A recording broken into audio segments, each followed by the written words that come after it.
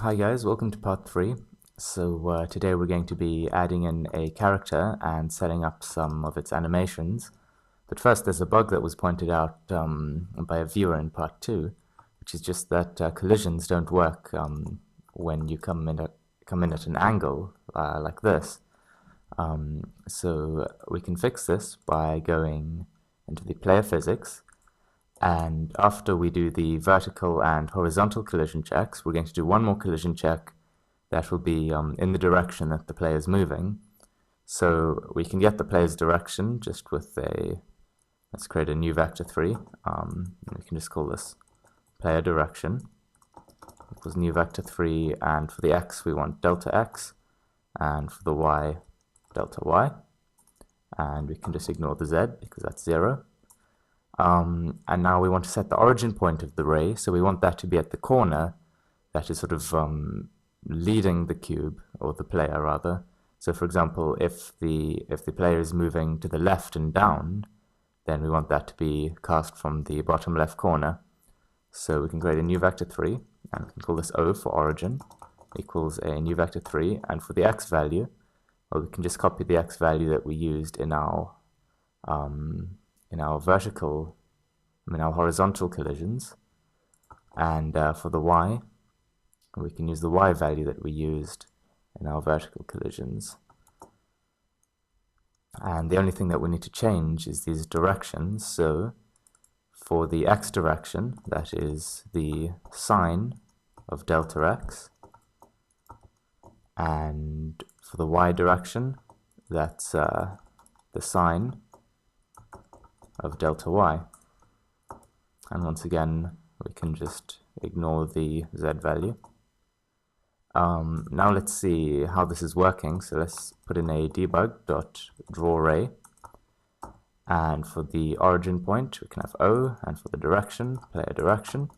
And because this is a direction, we actually want to get the normalized value of this, so that's with a magnitude of 1.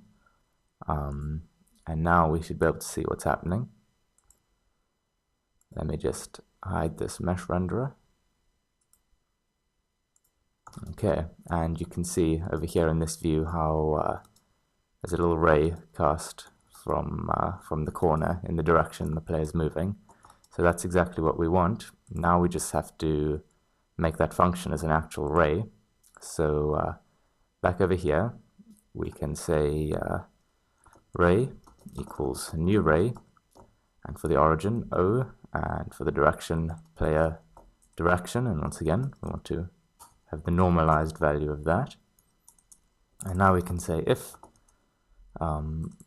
physics.raycast ray, and for the distance, well, we want to get the length that the player is moving, so we use Pythagoras Theorem, which is just mathf dot square root of, and we want delta x squared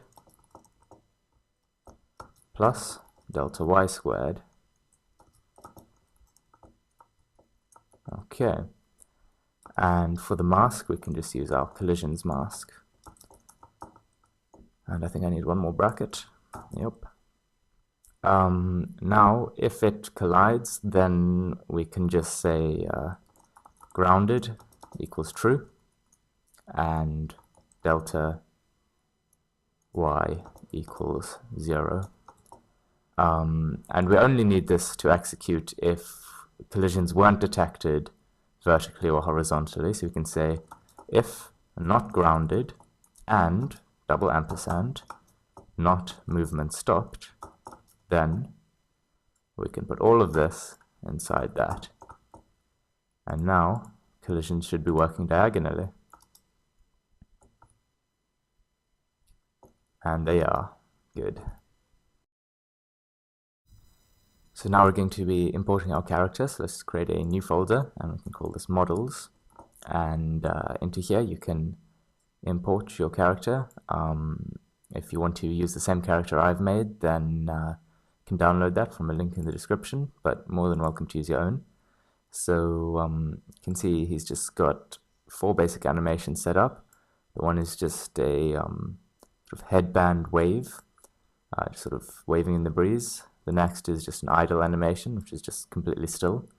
There's a simple run animation, as well as a very basic walk animation.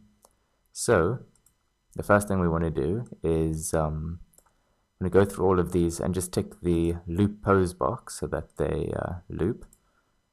And after we've done that, we can just hit apply at the bottom here. And now let's drag the player into the scene.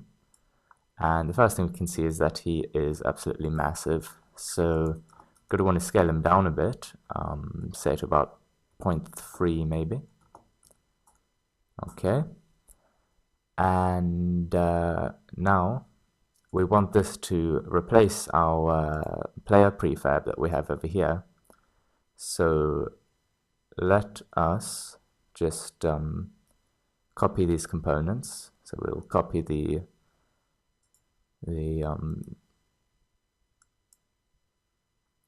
player physics as well as the player controller. Just copy and paste. And now we can just drag this onto this prefab and just say replace anyway. So now this is our new player prefab.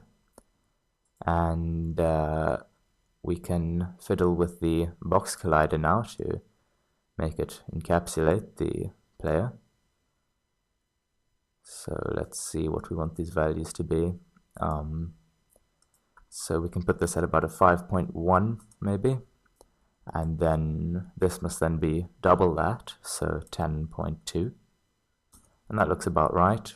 And for the X, put it there, and we can just offset this a little bit. And the Z doesn't matter at all since it's 2D, but I'll just put it like that anyway. Now let's apply these changes to the prefab and just disable this since we're instantiating the player at runtime, and we'll see things aren't quite working how we want them to. So first thing you'll notice is that the player is just going through stuff, really. And you might not have this problem if you've used your own character.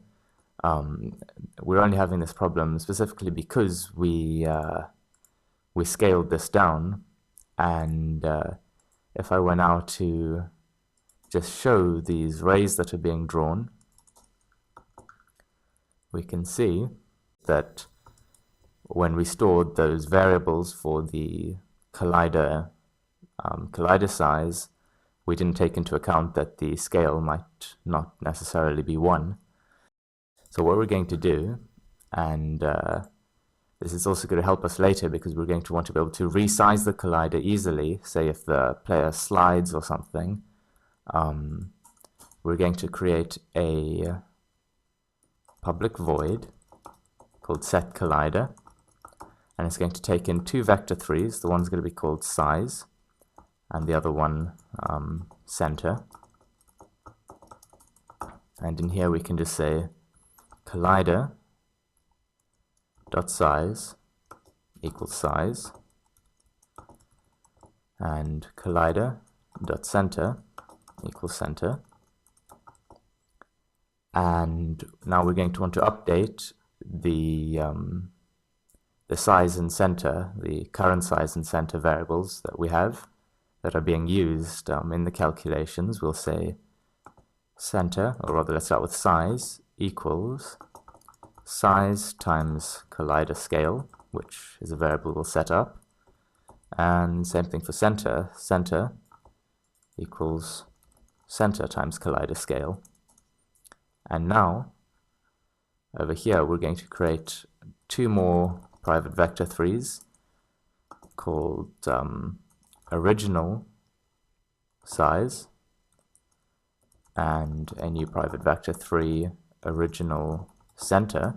This is just that we can reset our collider at any time. And over here we're going to say original size equals collider.size, and original center equals collider.center.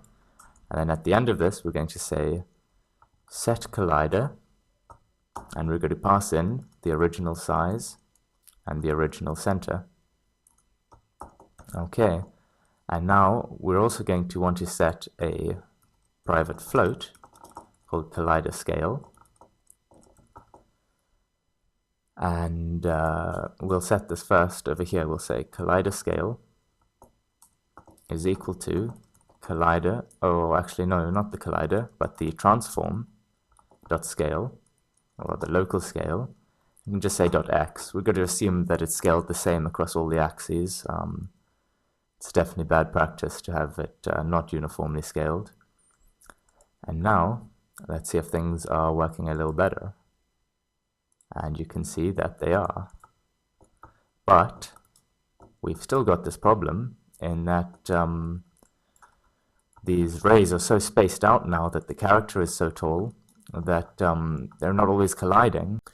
So what we're going to do is we're going to make a variable that will determine how many rays that we're going to have cast from the sides and from the top and bottom. So we'll create two private ints, one called collision divisions x, and the other collision divisions y. And for the x, I'll just set that to 3. So these will be the ones going along the top. And collision divisions y will be how many go in the y-axis, so coming up from the sides. And we want to increase this to something like 10. So now we can go here, and for this for loop, we want to replace 3 with collision divisions x. And you can see over here what we were doing was we were adding each time size.x over 2. But what we really want to be dividing by here is whatever this number is minus 1. Okay, so we can divide by collision divisions x minus 1. And we do exactly the same thing over here for the horizontal collisions. Place 3 with collision divisions y, and instead of dividing by 2 over here, we divide by collision divisions y minus 1. And now we can see that we have 10 collision lines here and 3 there.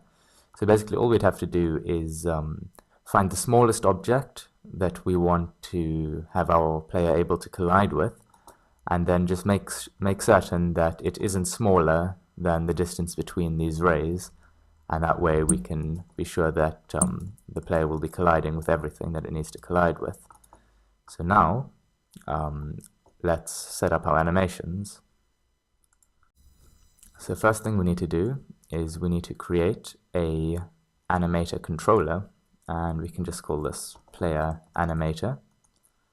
And let's enable our player over here, and we can drag the player animator onto the animator controller in the animator component, and just turn off apply root motion over here. And we'll apply this, and we can disable the player again. Now let's double click on our player animator, and this will open up the animation view. So what we want to do is we want our player to be standing still or walking or running based on the player's speed. So first actually let's add in the ability for our player to run. So go into edit, project settings, input, and let's add in a run button. So I'm just going to change the size of this to 4 since there are way too many things here, and I'll add in jump again since it deleted that. Positive button is space, and here we can call this run, and the positive button can be left shift, and the alternative positive button can be right shift. And now if we go into the player controller, we're going to replace this speed variable with rather a walk speed and a run speed Okay, and we can set run speed maybe to 12. And now over here we can see in the input that the target speed is being set by the direction that you're pressing multiplied by the speed. So now what is the speed? The speed, we can create a new variable called speed, and this is going to be equal to the run speed or the walk speed depending on where the shift is held down. So our condition is if input.getButton run, that's the button we just set up, and so if that condition is true, so say question mark, then we want speed to be equal to run speed, otherwise colon, want it to be equal to walk speed, and we have to enclose all of this in brackets or parentheses. And let's see, what's the problem here? I mean this needs to be enclosed in parentheses. Okay. Now we can see that we're walking, and if I hold down shift, I start accelerating to a speed of 12. Now, what we can create is a blend tree. So right-click, create state from new blend tree, and we can just call this blend tree movement or locomotion or something like that. And the way a blend tree works is it's got a blend value here which goes from 0 to 1, and we can add a whole list of animations over here, and it will sort of interpolate between them based on this blend value here. So let's add in a motion field. Well, we'll actually add in 3 motion fields, one for idle, walking, and running.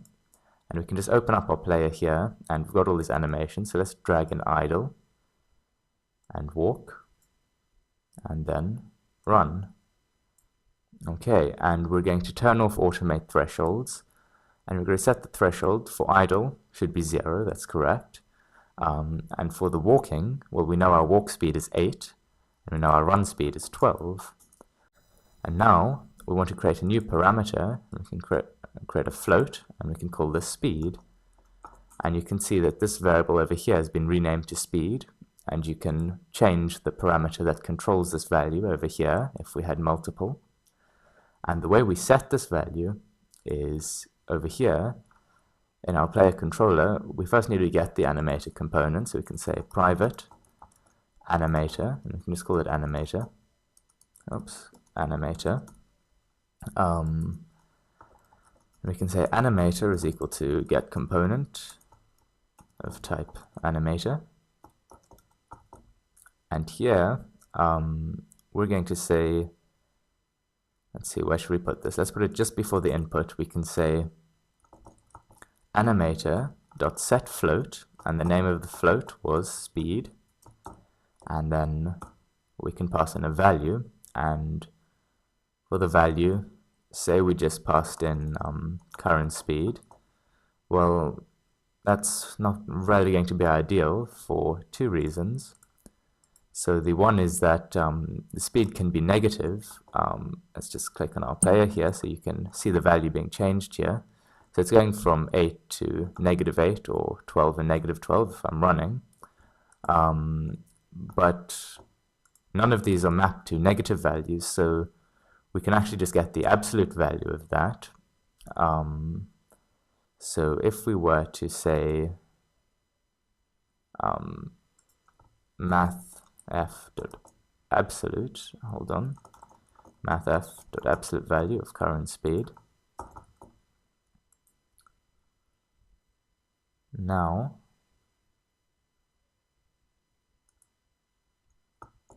you can see that this is kind of working. The only problem is that let me just go into player physics and turn off the actual movement so that we can just look at the animations better. Okay, so first problem, of course, is that the player isn't actually changing direction, but we'll worry about that later. Just looking at the actual animation itself now as it transitions between moving left and right, you can see that the transition is a little bit awkward. It sort of stops the player stops moving and then starts again. We want something smoother than that. So what we're actually going to do is we're going to create in the player controller a new float, and this is going to be called animation speed. Sorry, it's of type float, animation speed. And the animation speed is just going to be always incrementing towards. So again, we're going to use this increment towards function, and pass in animation speed is the number we want to start from. And the target is going to be the absolute value of target speed. And for the acceleration, we can just have our normal acceleration. So now, over here, we're going to be passing in animation speed. Now let's go ahead and make the player face in the right direction. So at the end here, we can just say face direction. And the way we're going to do this is we're going to first want to get the player's movement direction. So we can just create a float and call this move direction or something. And this is just equal to input.get axis raw horizontal. Okay. And now we're going to say transform.Euler angles. So we're setting the rotation equal to, and we want to set the rotation to 180 degrees in the y-axis if the move direction is greater than 0, and we can just set it to 0 if it's less than 0. So we're going to say if move direction greater than 0, then question mark, we want the Euler angles to be equal to vector 3 dot up, which is 0, 1, 0 vector, and we can just multiply that by 180. And otherwise, we want it to be set to vector 3 dot 0. Now let's go into the player physics and can enable movement again. And we actually want this now to, instead of being space.self, we want it to be space.world. And the reason for that is that the direction that you're traveling in is determined by the input rather than now the rotation. So we'd have conflicting things where it's trying to go in the negative direction, but it's also trying to go relative to the transform. So that's why we're saying go relative to the world rather than relative to the transform. So now everything should be working except for one little error, which is just that you can see if we're walking and we stop, we suddenly turn around to the other direction. So when we're going here, it's fine, but if we're walking right and we stop, then we flip around. And so the reason for that is just in the player controller over here, move direction is no longer greater than 0, it's actually equal to 0. So we want to say if the move direction is equal to 0, or rather if it's not equal to 0, then we will set the rotation. Otherwise we just want it to keep whatever rotation it had before. And now everything should be working. So let's just let's create a little bit of a bigger platform to test on. And yeah, we can run along here. Whoa, I ran off. Okay. But yeah, you can see how everything's working. It's all good for now. We're going to want to add in jumping and all sorts of fancy stuff later on. But for now, this is a pretty good base. So see you in part 4. Cheers.